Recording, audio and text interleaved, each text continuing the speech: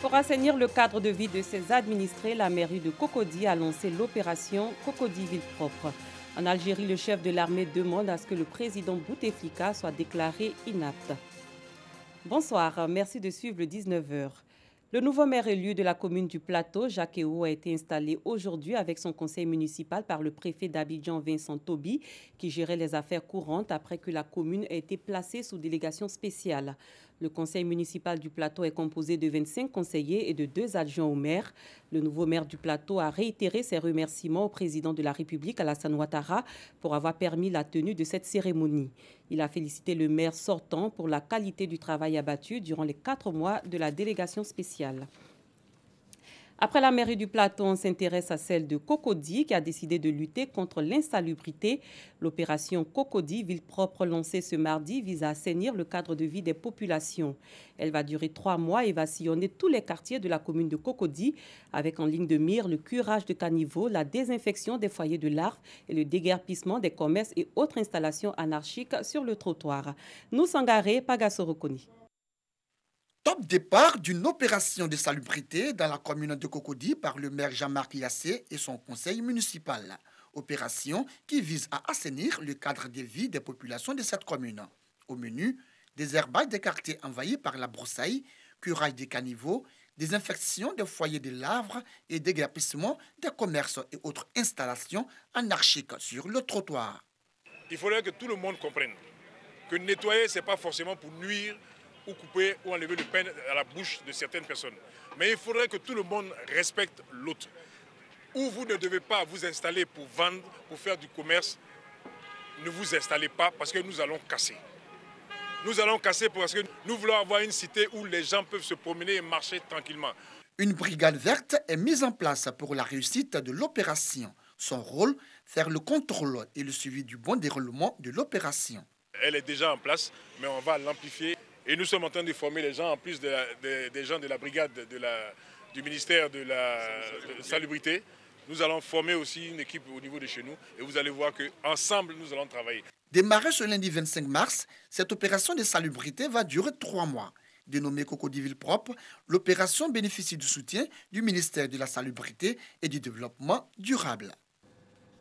En culture, c'est parti pour la 2e édition du FESCAP, Festival des arts, des sciences et de la culture pour la promotion de la paix. Le FESCAP 2019 va se tenir les 15, 16 et 17 avril prochains.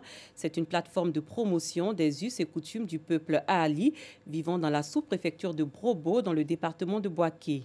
Danse du terroir, jeux des temps anciens et découvertes de sites touristiques sont au programme. Nous Sangaré, Pagasorokoni. Et c'est reparti pour la 2e édition des FESCAP, Festival des arts, des sciences et de la culture pour la promotion de la paix. Un festival qui vise à faire la promotion des us et coutumes du peuple Ahali, peuple vivant dans la sous-préfecture de Brobo. Mieux, il s'agit de faire sortir Brobo de sa léthargie culturelle afin de booster son développement économique et social. Il y avait une nécessité d'organiser un tel festival parce que notre culture, notre patrimoine culturel est en train de mourir. Donc le festival vient pour non seulement faire renaître les arts et tout ce qu'il y a comme danse ancienne, jeux anciens, chants anciens que nous ne connaissons pas, que nos enfants ne connaissent pas. Nous voulons juste les remettre au goût du jour et les célébrer pour dire que nous sommes fiers de notre culture, à l'instar d'autres peuples qui célèbrent leur culture. Plusieurs activités au menu de cette 2e édition. Le peuple Ahali est un peuple matriarcal. Chez nous, on célèbre la femme. Donc nous allons montrer à la face du monde la plus belle fille du peuple Ahali, qu'on appelle chez nous la Tomblé. C'est la plus belle femme du peuple Ahali.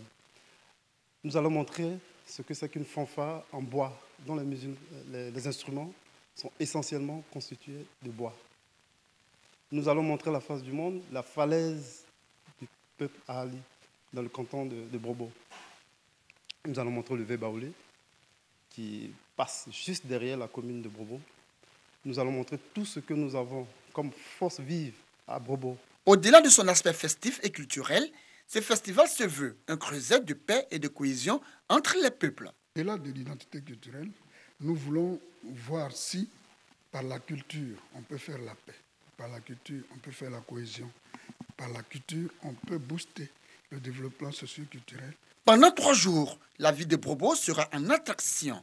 Les 15, 16 et 17 avril sont les 3 dates retenues pour ce festival qui verra la participation des 73 chefs de village. Un mot de religion, la Fédération des familles pour la paix mondiale a tenu dimanche dernier une grande cérémonie de prière pour la paix en Côte d'Ivoire. L'événement a eu lieu au Palais des Sports à Trècheville. Suivez ce reportage.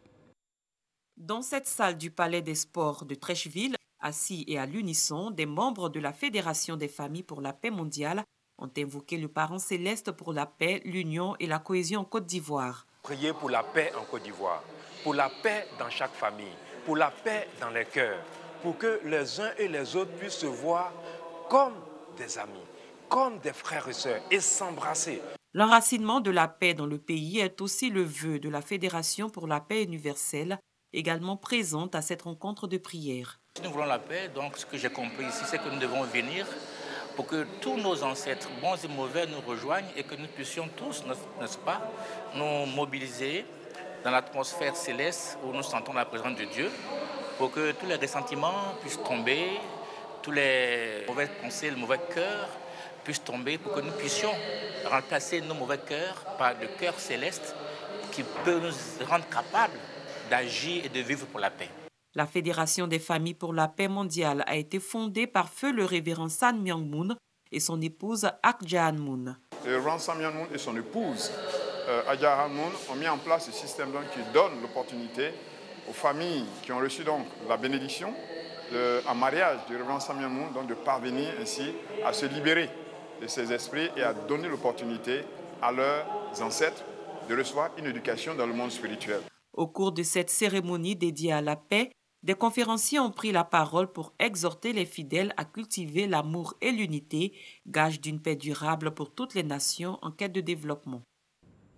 En sport football, déjà vainqueurs à l'aller, les espoirs ivoiriens ont défait le Niger par 6-1. C'était hier au stade Félix Houphouët-Boigny. Abdourahmane Samassi, Samuel Metch. Ce sont des éléphants motivés et prêts à mouiller le maillot qui ont foulé la pelouse du stade Félix Houphouët-Boigny face au MENA à l'occasion du deuxième retour des éliminatoires de la Coupe d'Afrique des Nations des U23 prévu du 8 au 22 novembre prochain en Égypte. Le festival offensif ivoirien commence à la 4e minute sur une pression de Christian Kouakou. Le défenseur nigérien Diori Magassi dévie la balle dans ses propres filets. 10 minutes plus tard, Willy Brachiano corse l'addition. À Mustapha Kairou réduit la marque pour le Niger à la 20e minute. Poussé par son 12e homme, la Côte d'Ivoire, à travers Christian Kouakou, corse l'addition 5 minutes avant la pause. À la reprise, Willy Brachiano s'offre un doublé à la 55e minute. Avec un appétit offensif insatiable, les locaux étouffent les protégés de François Zawi. Youssouf Dao à la 65e minute d'abord et Cheikh Timité à la 86e minute. Sur ce pénalty superbement transformé. Score final, 6-1 pour les éléphants U23 qui au 3e tour rencontreront la Guinée dans un autre choc ouest-africain. Sous d'autres cieux en Algérie, le chef d'état-major de l'armée demande de déclarer le président Abdelaziz Bouteflika inapte. Le général Ahmed Gaïd Salah propose d'engager la procédure de l'article 102 de la Constitution, prévue dans le cas où le président de la République se trouve dans l'impossibilité totale d'exercer ses fonctions. À Alger, quelques klaxons ont accueilli la nouvelle. Au pouvoir depuis 20 ans, Abdelaziz Bouteflika, 82 ans, est affaibli par les séquelles d'un AVC qui l'a empêché depuis 2013 de s'adresser de vive voix aux Algériens et a rendu rares ses apparitions publiques. Cible depuis près d'un mois d'une contestation inédite depuis qu'il est au pouvoir, il a renoncé le 11 mars à briguer un 5e mandat tout en indiquant qu'il prolongerait son 4e mandat au-delà de son terme constitutionnel le 28 avril jusqu'à un nouveau scrutin organisé à l'issue d'un processus de révision constitutionnelle.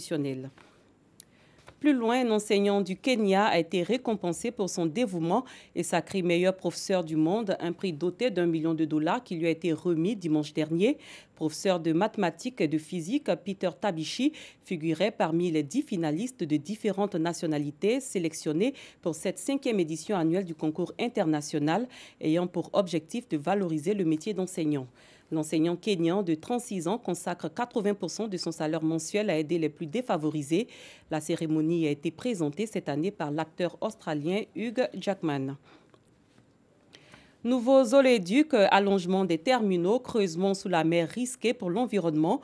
Pour satisfaire les ambitions exportatrices d'or noir des États-Unis, Corpus Christi, au Texas, l'un des ports les plus importants du pays en matière de commerce de pétrole brut, n'a pas lésiné sur son lifting. On en sait plus avec Rosemont Kini et Clément Beaucoup. Port de Corpus Christi, dans le sud du Texas. Plus de 700 000 barils de pétrole américain quittent ses côtes chaque jour. Le port est en phase de devenir le plus important du pays en termes d'exportation de brut. Les États-Unis sont désormais les premiers producteurs d'énergie au monde et leur production de pétrole continue d'augmenter. On pense pouvoir multiplier par 4 ou 5 les quantités qu'on manipule aujourd'hui. Quand vous voyez ces milliards de dollars de volume supplémentaires qui arrivent vers nous grâce aux oléoducs, c'est important de faire tout ce qui est en notre pouvoir pour nous assurer que l'infrastructure nécessaire est en place, que ça reste fluide et que le pétrole continue à être exporté vers les marchés qui en ont le plus besoin. L'enjeu principal, accueillir des navires pétroliers plus grands et surtout pouvoir les remplir au maximum jusqu'à 2 millions de barils chacun. Pour ça, il faut racler le fond de l'eau pour gagner jusqu'à 8 mètres de profondeur par endroit. Il faut faire vite. À quelques centaines de kilomètres, les travaux sont déjà en cours pour transporter encore plus d'or noir vers Corpus Christi. Le port bénéficie de sa proximité avec les deux principaux réservoirs de pétrole du pays, mais pas seulement. Si vous regardez où se situe Corpus Christi par rapport aux eaux libres du golfe du Mexique, le port en est bien plus proche que celui de Houston, qui est à 80 km du golfe. Ça renforce l'importance de Corpus Christi parce que les navires veulent parcourir la distance la plus petite possible. Mais la montée en puissance du port ne réjouit pas tout le monde.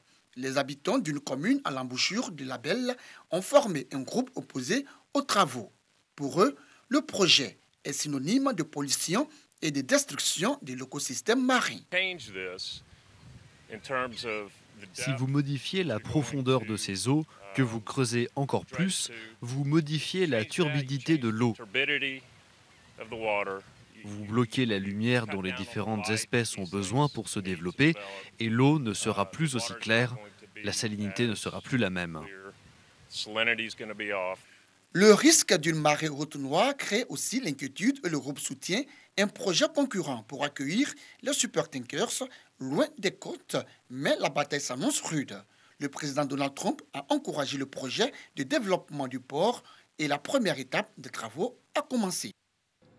Et pour rappel, le nouveau maire élu de la commune du Plateau, Jacques Ewo, a été installé aujourd'hui avec son conseil municipal par le préfet d'Abidjan, Vincent Toby. Vous le voyez dans les images. Vincent Toby qui gérait les affaires courantes après que la commune ait été placée sous délégation spéciale. Le conseil municipal du Plateau est composé de 25 conseillers et de 2 adjoints au maire. Le nouveau maire du Plateau a réitéré ses remerciements au président de la République, Alassane Ouattara, pour avoir permis la tenue de cette cérémonie. Il a félicité le maire sortant pour la qualité du travail abattu durant les 4 mois de la délégation spéciale. Et sachez avant de nous séparer que le Conseil régional pour la promotion et le développement de l'artisanat a été lancé récemment à l'issue d'une rencontre à Grand-Bassam. Elle a réuni des participants venus du Mali, du Ghana, de la Guinée et du Sénégal. Les acteurs du secteur de l'artisanat prévoient dans les prochains jours l'organisation d'un salon dédié à l'artisanat dénommé Sicha. Nous y reviendrons dans nos prochaines éditions. Fin de cette édition. Merci de votre aimable attention. Très bonne soirée. À très bientôt.